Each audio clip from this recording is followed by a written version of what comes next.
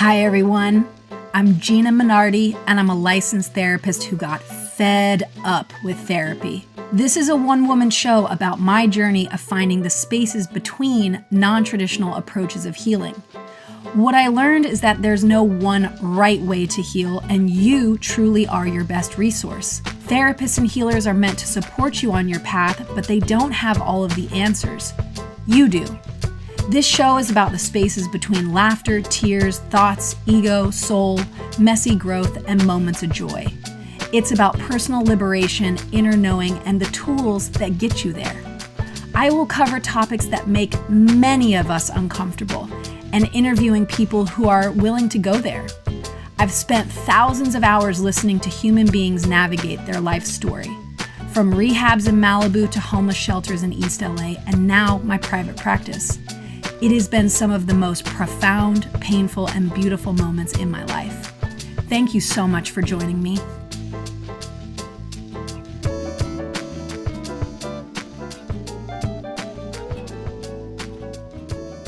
Hello, friends, and welcome back to Spaces Between. It has been quite a while since I've gotten on this microphone, and it feels really good to be back. And I'm so happy and grateful if you are joining me today. So I decided I would be remiss to not speak on what we're currently going through in the United States right now before I go into the topic of exquisite risks in our life. It's really all interesting, the timing of writing this episode before Roe V. Wade got overturned. And then I also got the insight to look into some of my old episodes, which one was on powerlessness, and that was July of 2021.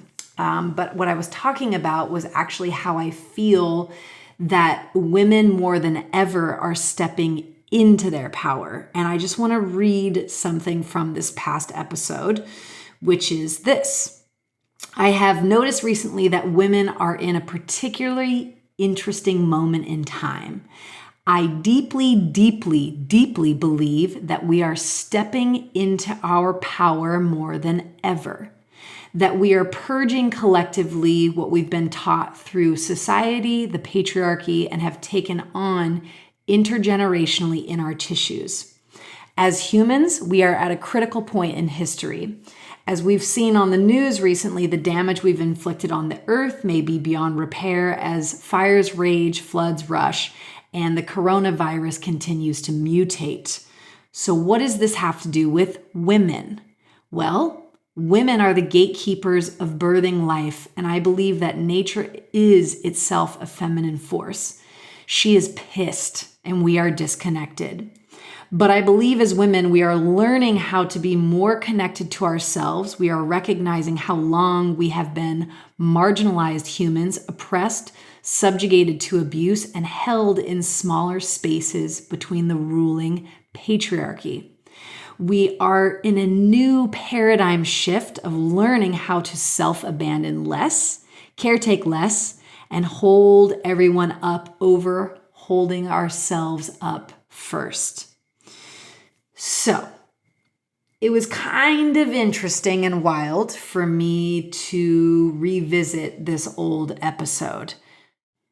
And what I deeply believe and was talking about with a girlfriend today is that we are still continuing to step into our power, but they're scared and they're doing anything to suppress our power.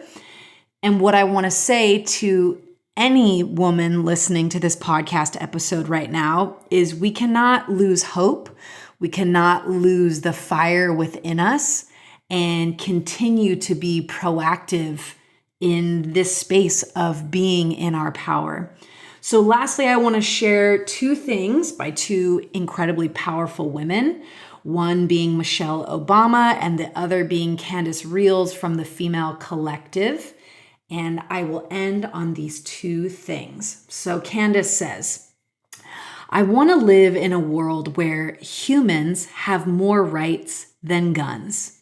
Children feel safe going to school. There's free health care for all. Mental health care is a priority. Abortions are a human right. People are free to love and be who they are, and we are 100 steps ahead on the climate crisis. All Black lives matter.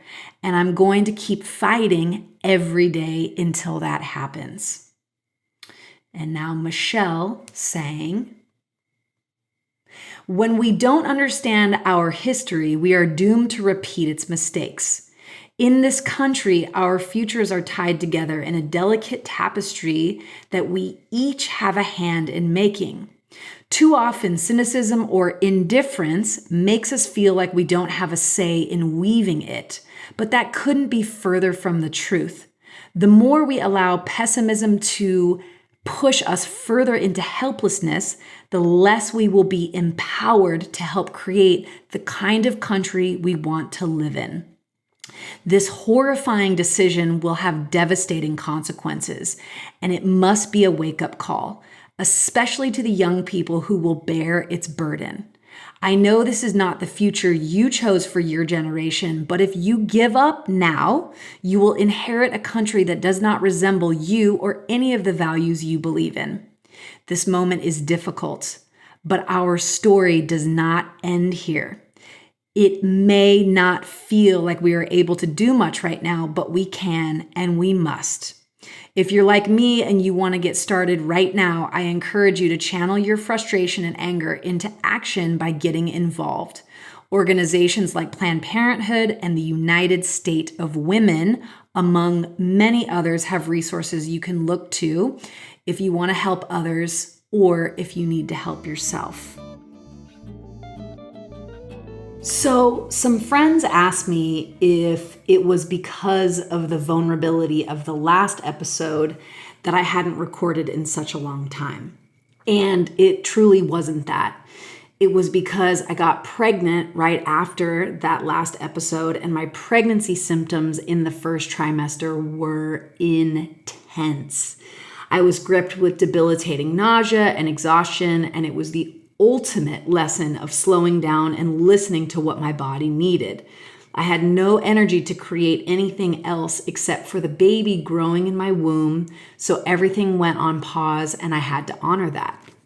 If you listened to the episode before, it was definitely a confusing time after the miscarriage the month before, and my ambivalence around becoming a mother for so many years.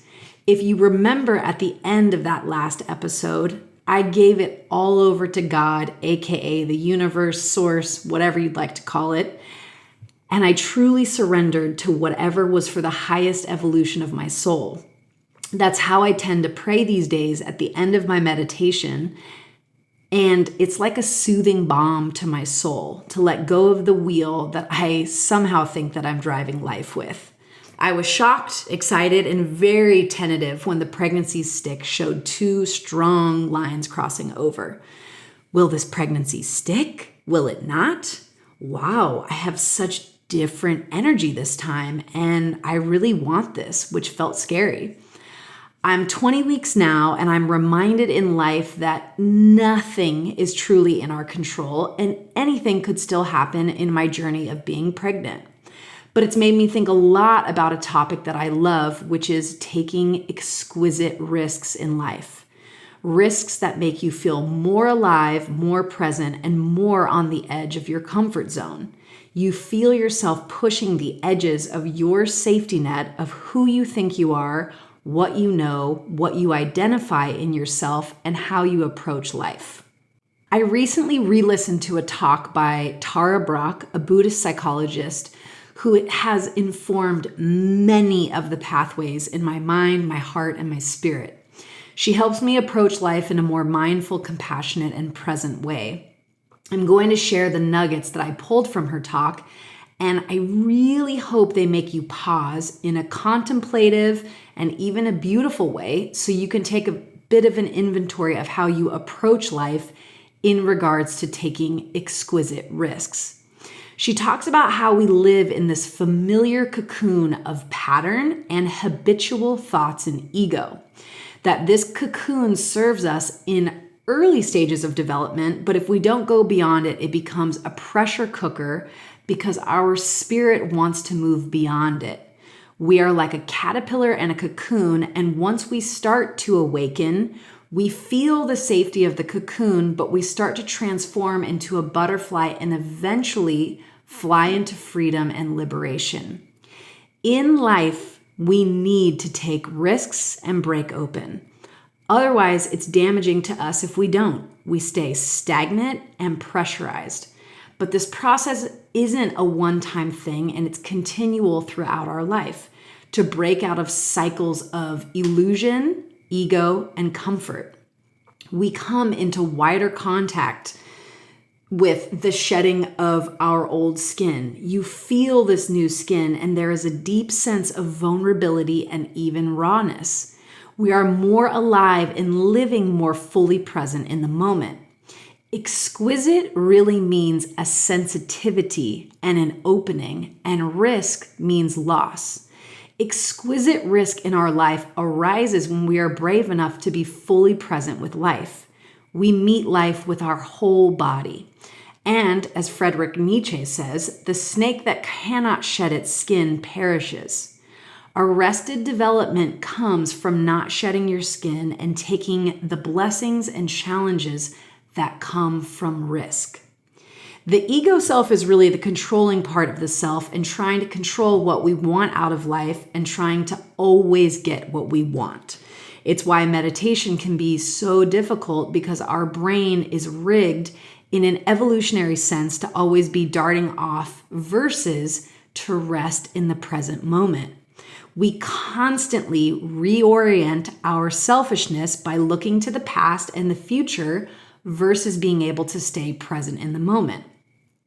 In the Buddhist tradition, we are always being pulled towards the 8 worldly winds, which is always trying to seek out pleasure versus pain, praise versus blame, success but not failure, and to have fame but not disrepute.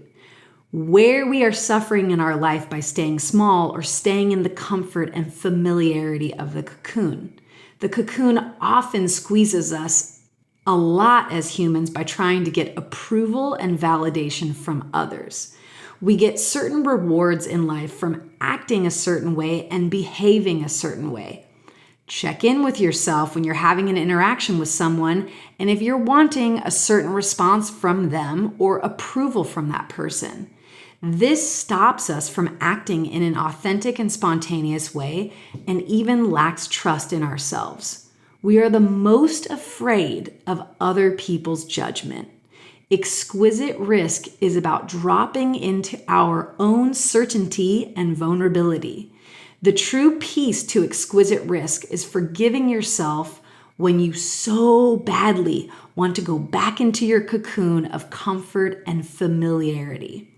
But this is just it. We need to consistently check in with ourselves about opening and closing to life.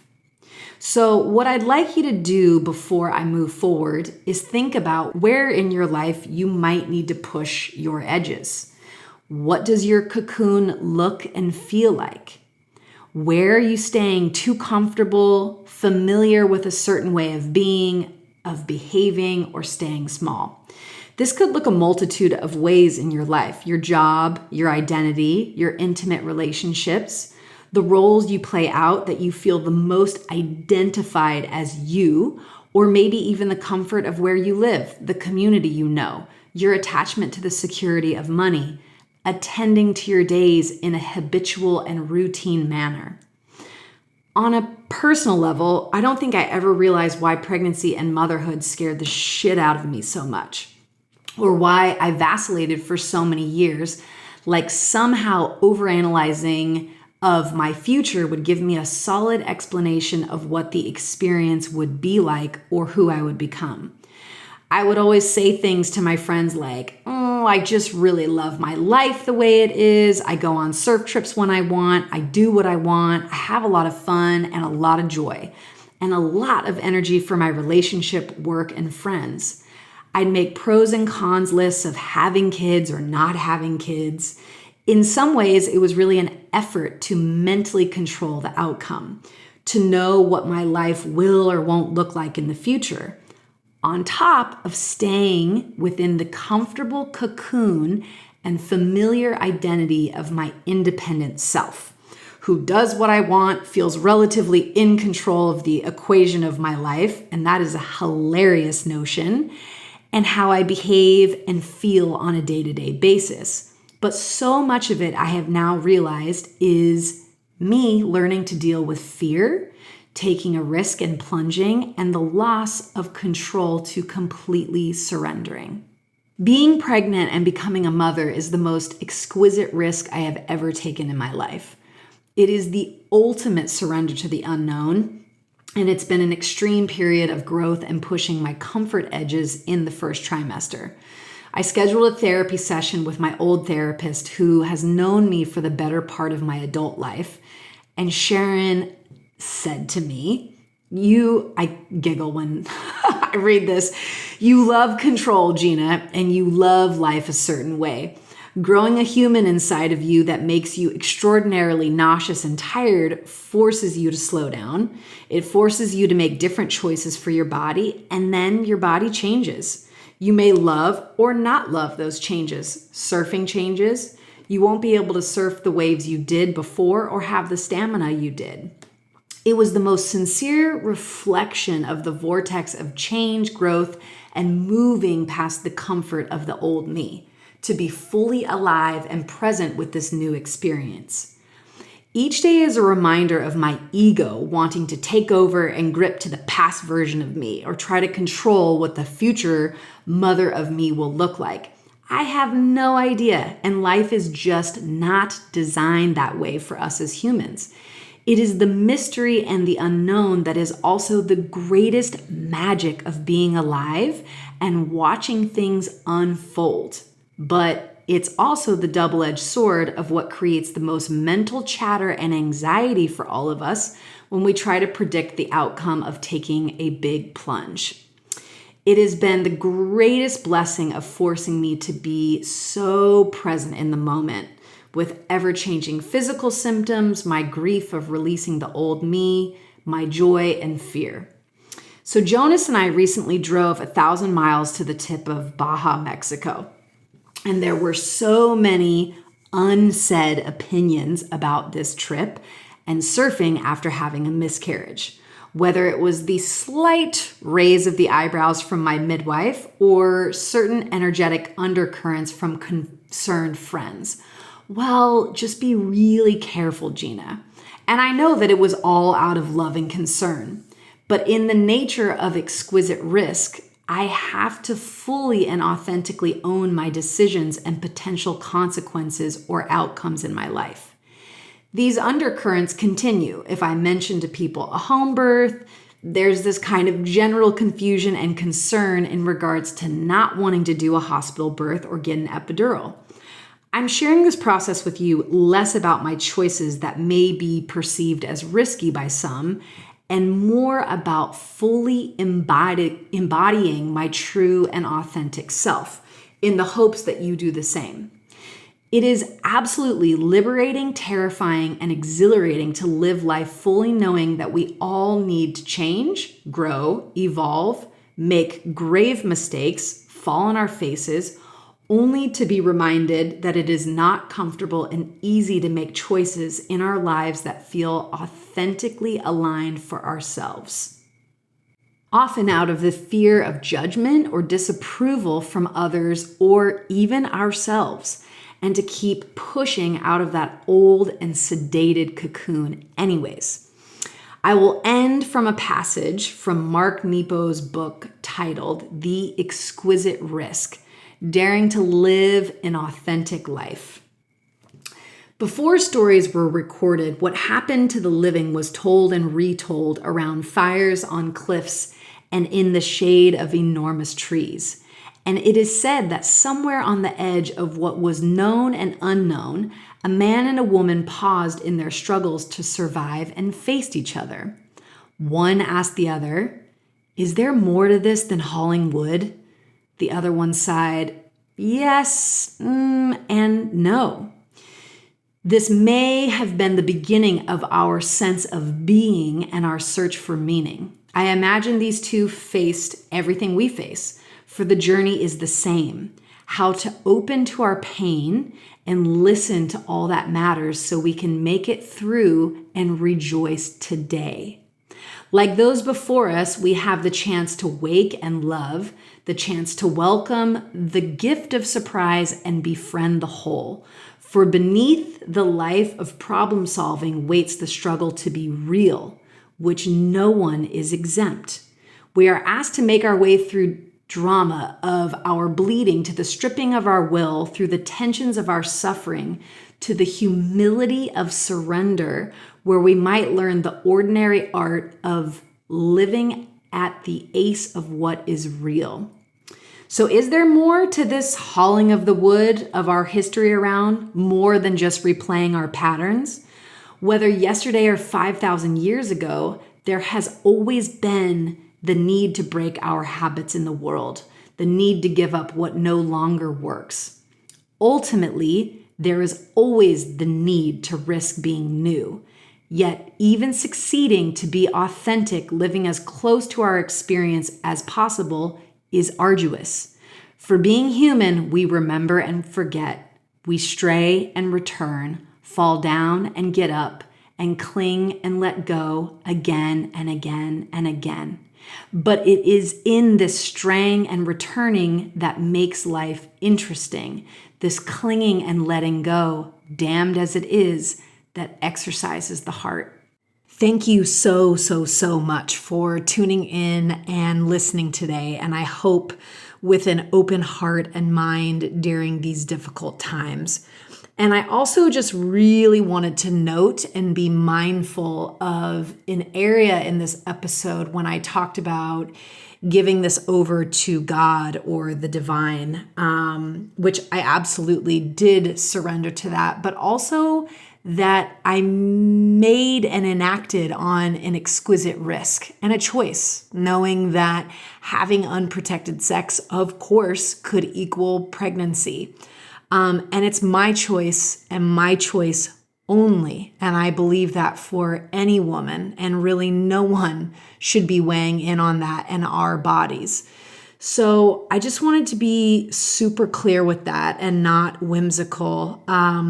Because as a therapist, I have walked, it'll make me emotional, so many women through abortions and miscarriages, and a man just doesn't know what it's like for us on our end. So it's really important that we continue this open dialogue around women, and that women continue to stay in their power, and that we do not feel defeated by this. And just when you and I thought that I was wrapping up the episode, I'd actually love to share a very vulnerable and personal piece that I wrote a few days ago on being a woman. It's titled, "I Have Been the Woman." I have been the woman who has been ambivalent and vacillated about motherhood for the last decade. I have been the woman who then secretly judged myself for being geriatric when my first pregnancy didn't stick. I have been the woman who shamed my body in the first trimester as the weight I was gaining didn't feel okay with what I should look like. I have been the little girl who watched her mother shame her body, beauty, weight, and intelligence. I have been the little girl who watched her pull her face back in the mirror and say, "Just a little tuck," or look at her legs and say, "God, my thighs are fat." I have been the little girl who was told from her mother, "Sweetie, you are compassionate, nurturing, beautiful, and those are your strong suits." I grew up with a mother who said, "Wow, your friend looked a little bit provocative in that outfit, almost kind of slutty." I grew up with a mother who learned all of this from her mother, who most definitely learned that from her mother's mother. I grew up with a mother who was extremely loving and doing the best that she could from the imprinting she inherited. I became the teenager who wanted to dress more like a boy than a young girl and cover up because that felt more powerful. I became the teenager who was still confused when I heard girls throw up in the bathroom or talk about only eating salads. I became the teenager who didn't think I was very smart, pretty, or in her power, but held my head in a pious fashion because I didn't have sex with my boyfriend until I was 18. I became the young woman who had judgments towards other women for acting or behaving in a certain way. Whoa, she takes so many pictures of herself in the mirror half naked and then posts them online. I became the young woman who then became terrified of aging, but secretly judged other women for being too Botoxed, even though my mom got it for me at 16 and said it was preventative. I became the young woman who felt shame for one-night stands because no one talked to me about healthy sexuality, and somehow it was okay for men to do it. I became the young woman who thought when I was assaulted that it was from my poor choices versus toxic masculinity, and was so confused when he emailed me years later to say he had become a Buddhist monk and needed my forgiveness to ultimately forgive and heal himself. I became the young woman with painful and emotionally extreme menstrual cycles because trauma was trapped in my body. I had a silent rage towards men and dislike of my challenging periods versus seeing the power and wisdom in my body talking to me. Now I am the woman who sees the insidiousness of the patriarchy and the impact on all of us. Now I am the woman who no longer wants to judge other women for what they choose to do with their bodies based on a system that has told us for centuries that they're not worthy unless they are beautiful, skinny, and ageless. Now I am the woman who wants my anger to be wielded in a way that is useful and proactive in healing this fucked up and dysfunctional system versus making men feel small or the enemy. Now I am the woman who dedicates my life to helping other women stand in their power and heal generations of trauma from the patriarchy. Now I am the woman who has listened to more than 80% of my clients talk about some degree of sexual assault, hateful relationships with their bodies and cycles, or about the extremely difficult decision of choosing to get an abortion when they're not ready to become a mother, but being so thankful that they had the safe option to, and ultimately helping them heal from the grief and shame that often can be carried with it. Now I am the woman pregnant with a little boy, and I couldn't be more excited to raise him as a feminist man or gender fluid, trans, non-binary human that stands in their worthiness, power, and most importantly, for the equal rights and treatment of other humans. Thank you all so much for tuning in, sending love and compassion. Hi, friends. If you have been enjoying Spaces Between, please take a moment to subscribe, and leaving a review is the cherry on top. Thank you so much, and I look forward to connecting with you next week.